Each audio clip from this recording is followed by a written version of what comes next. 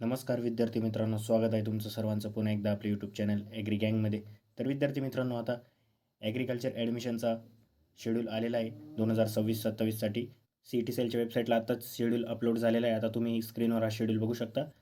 तर त्यात ॲडमिशन प्रोसेसची स्टार्टिंग डेट जी दाखवली त्यांनी 10/7/2026. त्यानंतर last date of centralize admission process submitting application form along with uploading scan copies of necessary documents. म्हणजे ॲप्लिकेशन फॉर्म सबमिट करायची जी लास्ट डेट आहे ती 2/8/2026 आहे. आता मागच्या वेळेस जेव्हा मुदतवाढीचा मी व्हिडिओ बनवला होता, त्याच व्हिडिओत मी सांगितलं होतं की ही डेट पुढे वाढण्याची शक्यता आहे. त्याचंसुद्धा कारण CET सेलने दिलेलं आहे.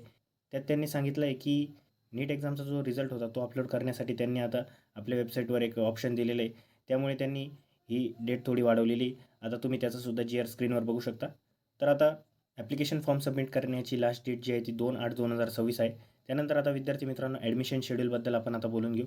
आता मागेच मी ॲडमिशन प्रोसेसचा जो व्हिडिओ बनवला होता त्यातच तुम्हाला मागच्या वर्षाची जी शेड्यूल होती ते तुम्हाला दाखवलं होतं आणि त्यात मी सांगितलं होतं की तुमची प्रोसेस कशाप्रकारे राहील. तर आता यावर्षीचा शेड्यूल आलेला आहे. आता यावर्षीच्या शेड्यूलमध्ये मी डेट वाईज तुम्हाला सांगतो की कधी कोणत्या गोष्टी होणार आहेत. तर पहिलं प्रोव्हिजनल मेरिट लिस्ट जी असेल ती वेबसाईटवर 6/8/2026ला लागेल 5:30 नंतर. त्यानंतर मग प्रोव्हिजनल मेरिट लिस्टमध्ये ज्या विद्यार्थ्यांचं अप्रूव्ह झालं त्यांचं नाव वगैरे येईल आणि ज्यांना डॉक्युमेंट्समध्ये काही त्रुटी आहेत त्यांना डॉक्युमेंट दुरुस्त करण्यासाठी टाईम दिला जाईल.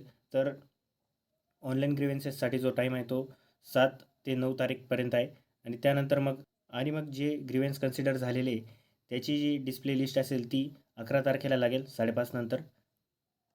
आता विद्यार्थी मित्रांनो, बऱ्याच विद्यार्थ्यांच्या फॉर्म्समध्ये ऑन होल्ड येत आहे किंवा अप टू विथ अपडेट्स येत आहेत. त्यात त्यांचे काही कास्ट सर्टिफिकेटचा प्रॉब्लेम असेल किंवा ॲग्रिकल्चरिस्ट सर्टिफिकेटचा प्रॉब्लेम असेल तर विद्यार्थी मित्रांनो, तुम्हालासुद्धा जर असे प्रॉब्लेम येत असतील तर तुम्ही स्क्रीनवर खाली जे आपले नंबर्स दिसत आहेत त्या नंबर्सवर कॉन्टॅक्ट करा. आपली काउन्सिलिंग जॉईन करा. आपल्या काउन्सिलिंगमध्ये ज्यांना असा प्रॉब्लेम आलेला आहे त्यांचे प्रॉब्लेम आपण सॉल्व्ह करू आणि आपल्या काउन्सिलिंगच्या ज्या विद्यार्थ्यांचे आपण स्वतः फॉर्म भरले होते त्या विद्यार्थ्यांना असा काही प्रॉब्लेम आलेला नाही, त्यांचे फॉर्म अप्रूव्ह झालेले आहेत. तर ज्या विद्यार्थ्यांना काही प्रॉब्लेम असेल आणि ते प्रॉब्लेम जर त्यांना दुरुस्त करायचे असतील तर त्यासाठी तुम्ही आपल्याशी कॉन्टॅक्ट करा आणि आपली काउन्सिलिंग जॉईन करा. आपण त्यात आपण तुमचे जे ग्रीव्हन्सेस आहेत ते दुरुस्त करून देऊ. आणि विद्यार्थी मित्रांनो, मग जेव्हा पण आपण ग्रीव्हन्स वगैरे दुरुस्त करून घेऊ त्यानंतर मग फायनल मेरिट लिस्ट लागेल 12 तारखेला 5:30 नंतर आणि ती फायनल मेरिट लिस्टमध्ये ज्या विद्यार्थ्यांचं नाव आहे तेच विद्यार्थी पुढे कॅप राऊंडसाठी एलिजिबल आहेत. मग 12 तारखेलाच जी अवेलेबल सीट्स आहेत फर्स्ट राऊंडसाठी त्या सीट्सची लिस्ट लागेल. ते किती सीट्स आहेत ते सर्व 12 तारखेला सांगण्यात येईल. त्यानंतर मग 13 ते 14 तारखेला तुम्हाला कॉलेज प्रेफरन्स लिस्ट सबमिट करण्यासाठी टाईम दिलेला आहे फर्स्ट राऊंडसाठी तुम्ही 13 आणि 14 तारखेला कॉलेज प्रेफरन्स लिस्ट फिल करू शकता. त्यानंतर मग विद्यार्थी मित्रांनो, 16 तारखेला संध्याकाळी 5:30 नंतर फर्स्ट राऊंडची अलॉटमेंट लिस्ट लागेल आणि त्या लिस्टमध्ये मग फर्स्ट राऊंडला कोणाला कॉलेज लागलं आहे हे कळेल. मग ज्या विद्यार्थ्यांना फर्स्ट राऊंडमध्ये कॉलेज लागलेलं आहे त्यांना रिपोर्टिंगसाठी जो टाईम आहे तो 17 ते 19 तारीख आहे. त्या टायमिंगमध्ये आपण जे कॉलेज लागलं आहे तिथे जाऊन रिपोर्टिंग करायचं आहे आणि आपल्याला जर तिथे ॲडमिशन करायचं आहे तर ते कन्फर्म करून घ्यायचं आहे. आणि ज्या विद्यार्थ्यांना फ्लोट किंवा रिफ्यूज करायचं आहे तर ते विद्यार्थी आपल्या स्वतःच्या लॉग इनवरनं ते करू शकता. या गोष्टींमध्ये जर तुम्हाला डाऊट असेल फ्रीज, फ्लोट, रिफ्यूज तर ते सुद्धा आपण तुम्हाला सांगू आपल्या काउन्सिलिंगमध्ये.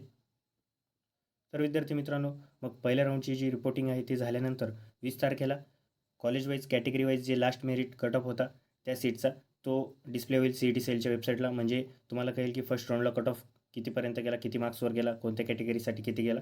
मग त्यानंतर सेकंड राऊंडसाठी जे सीट्स अवेलेबल आहेत त्याची लिस्ट लागेल.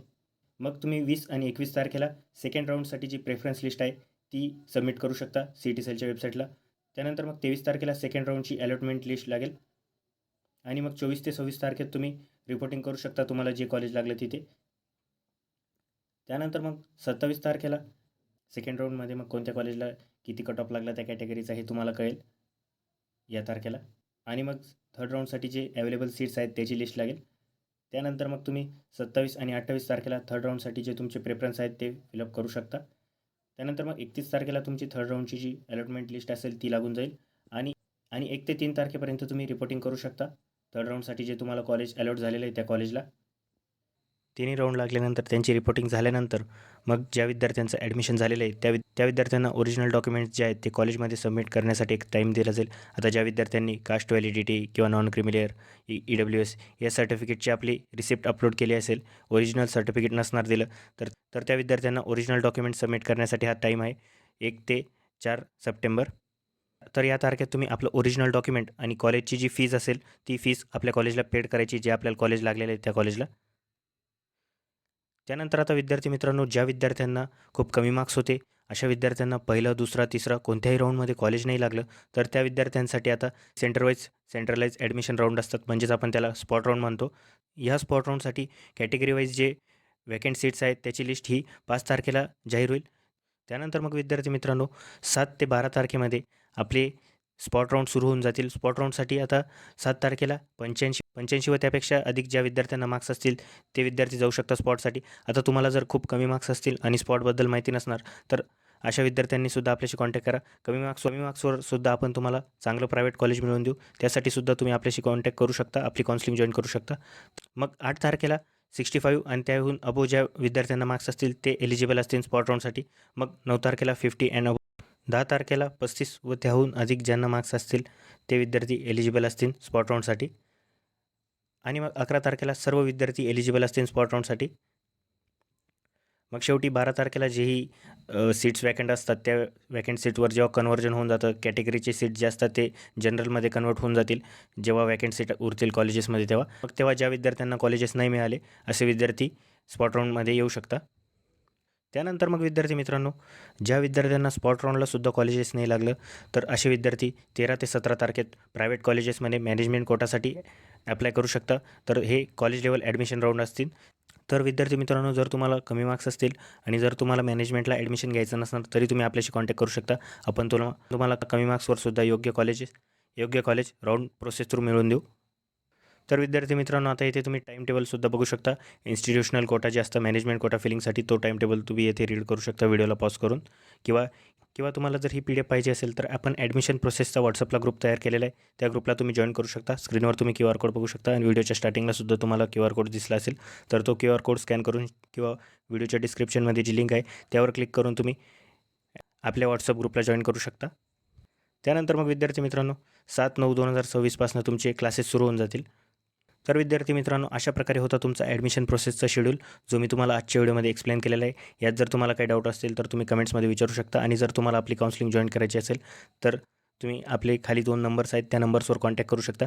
आपल्या काउन्सिलिंगला ज्याही स्टुडंट्सनी जॉईन केलेलं आहे त्यांची आपण फॉर्म फिलिंग करून दिलेली आणि त्यांचे जेही त्यांचं डॉक्युमेंटचा प्रॉब्लेम आहे अशा विद्यार्थ्यांचे आपण डॉक्युमेंट्स आत्ताच कलेक्ट करून ठेवलेले आहे. फक्त आता ग्रीव्हन्स पिरियडच्या वेळेस आपण त्यांचे डॉक्युमेंट नीट अपलोड करून देऊ.